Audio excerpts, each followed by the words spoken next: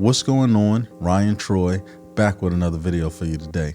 Now, there are a lot of people that are subscribed to me that are in my age range, being 30s and up. So they probably know what era I'm talking about. But for those of you that aren't, I'm going to break it down real quick.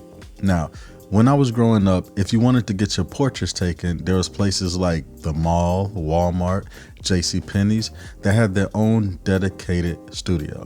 If you ever wanted to get family portraits taken, these are the people that you would contact to do it. Now, not saying that equipment isn't expensive now, but back then equipment was way more expensive and not as portable. The modern photographer could take you anywhere you want with their lights and their camera that weighs next to nothing and get the job done. But back then, if you wanted to get things like this done, these were the places that you had to go. Now, although places like this still exist, I think it's safe to say that there are more freelancers than photography companies like this. But let's break down how photography went back then. At the top, you had the owner. Now, the owner may or may not know anything about photography, but they knew business. They knew who to place in each position. You had a secretary that would take calls, book people for sessions that probably didn't last longer than your average mini session today. The owner knew who to go to for marketing strategies, promotion, advertising. They had a photographer. Now, the photographer may not even be that experienced, but all you needed to know then was just the basics of photography.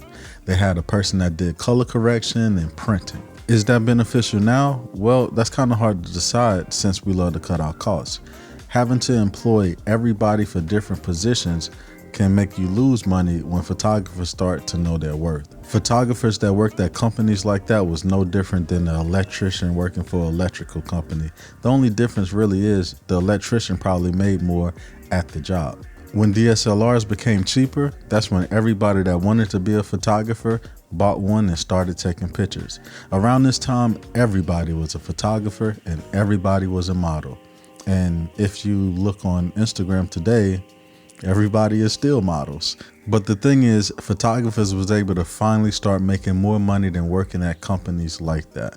And with owners that didn't really know photography, they phased out, while owners that did know about photography started to do everything themselves. But with this change came a different outlook on freelancers, especially ones that knew their worth. See, society has scoped us to feel like we couldn't do photography full time, as if we need structure and we have to work under somebody else. Photography has to be a side hustle or something that you do for fun.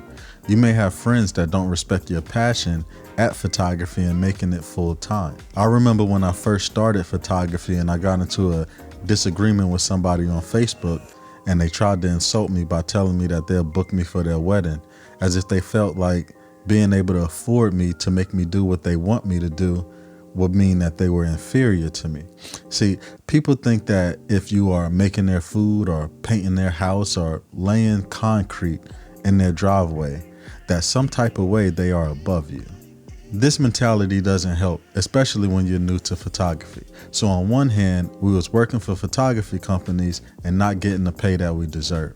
But when we was able to afford to go into business for ourselves, we didn't get the respect we deserve because others felt it should be a hobby. Well, now we're going through a different change. See, before, when photographers diluted the market from professional photographers, it was kind of rough, but at the end of the day, quality is quality, so the choice is pretty obvious. But there used to be a time when every event was documented, from photographers to videographers to DJs and other freelancers as well. But there's something changing that, and can you guess what this is? Smartphones. When cameras in our phones got better, I grew happier every year. It pushed so many people into photography.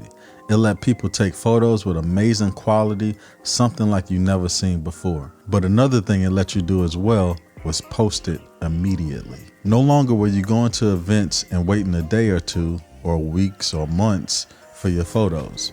That used to be the fun part. Going to an event, waiting a while, getting the photos and seeing them and remembering that time that you had. You weren't in control of how you were captured. So when you saw the photos, you really were seeing them for the first time. People grew so accustomed to front-facing cameras that they didn't even like to take professional photos because they felt that the photographer didn't know their angles like them. I've actually had clients that requested a mirror be next to me when I'm photographing them so they can see what they look like. So how does this affect business? With smartphones having amazing cameras and the ability to share things instantly, it takes away from people wanting to book photographers from events.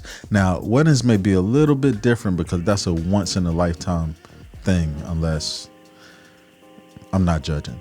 So unless it's not an event that really requires a telephoto lens, a lot of people feel like they'll just do it with their smartphone.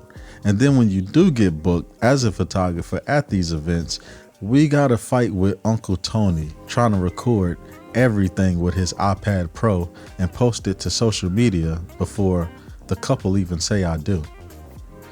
I say all that to say this: as times change, we have to adapt. Although the market is real saturated out there, there's somebody that will appreciate your work. Know your worth and you will be fine. Jessica Cabesi put out a video a couple months ago speaking to why photographers charge so much, which started a little controversy on Twitter and online, but the discussion definitely was well deserved. I think it was real important for people that weren't photographers to see and understand everything we spend money on and why our prices have to be what they are. Now, if you like this conversation, I'm pretty sure you'll like this video with Anthony Toglife, where we discuss if cheap photographers are hurting professional photographers by charging less. Once again, my name is Ryan Troy, and I'll see you in the next video. Peace.